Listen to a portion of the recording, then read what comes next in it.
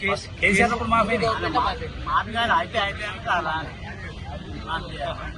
ఎంత ఉంది మీ లోన్ ఎంత ఉంది మామూలు 95. ఇప్పుడు ఎంత అసలు మాఫీ మాఫ్ అయింది. రెండోసారి 50,000 తీసుకున్నా, అది మాఫ్ అయింది.